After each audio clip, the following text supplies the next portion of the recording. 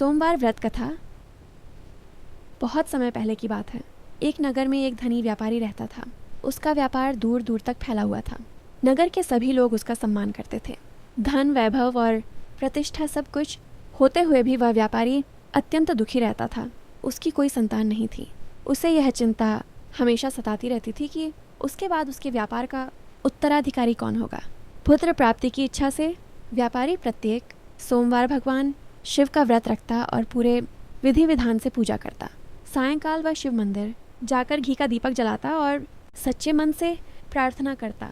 उसकी अटूट भक्ति देखकर माता पार्वती प्रसन्न हुई। उन्होंने भगवान शिव से कहा, प्रभु, यह व्यापारी अत्यंत श्रद्धालु है, इसकी मनोकामना पूर्ण कीजिए।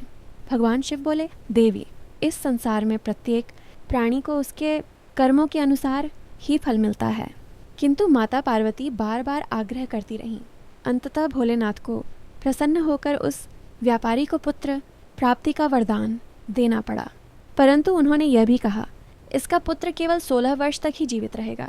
उसी रात भगवान शिव व्यापारी के स्वप्न में आए और उसे पुत्र प्राप्ति का वरदान दिया तथा पुत्र की अल्पायु के विषय में भी बता दिया।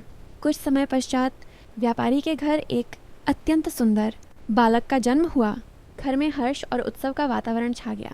परंतु व्यापारी के हृदय में पुत्र की अल्पायु का दुख छिपा रहा। जब बालक 12 वर्ष का हुआ तब व्यापारी ने उसे उसके मामा के साथ वाराणसी पढ़ने भेज दिया। यात्रा के दौरान जहाँ भी वे रुकते, यज्ञ करते और ब्राह्मणों को भोजन कराते। एक दिन वे एक नगर में पहुंचे जहाँ राजा की पुत्री का विवाह हो रहा था। वर एक आंख से काना था। वर के पिता को चिंता थी कि कहीं यह बात राजा को ज्ञात न हो जाए।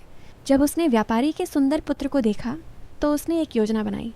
उसने धन के लालच में मामा को मना लिया और व्यापारी के पुत्र को दूल्हा बनाकर राजकुमारी से विवाह करा दिया। विवाह के बाद युवक ने सच्चाई छिपाई नहीं। उसने राजकुमारी की ओढ़नी पर लिख दिया कि उसका वास्तविक पति वही है और जो युवक आगे आएगा वह काना है।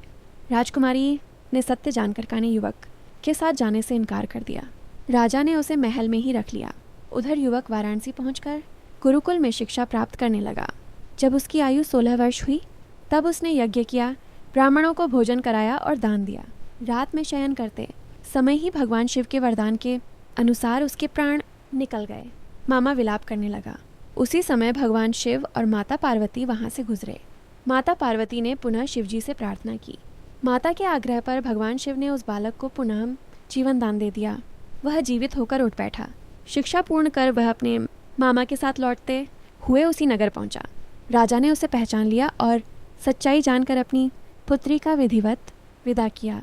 इधर व्यापारी और उसकी पत्नी व्रत और प्रार्थना में लीन थे। जब उन्हें अपने पुत्र के जीवित लौटने का समाचार मिला तो उनकी खुशी का ठिकाना न रहा। उसी रात भगवान शिव ने स्वप्न में आकर कहा, हे श्रेष्ठी, तेरे सोमवार के व्रत और श्रद्धा से प्रसन्न होकर मैंने तेरे पुत्र को दीर्घायु प्रदान की है।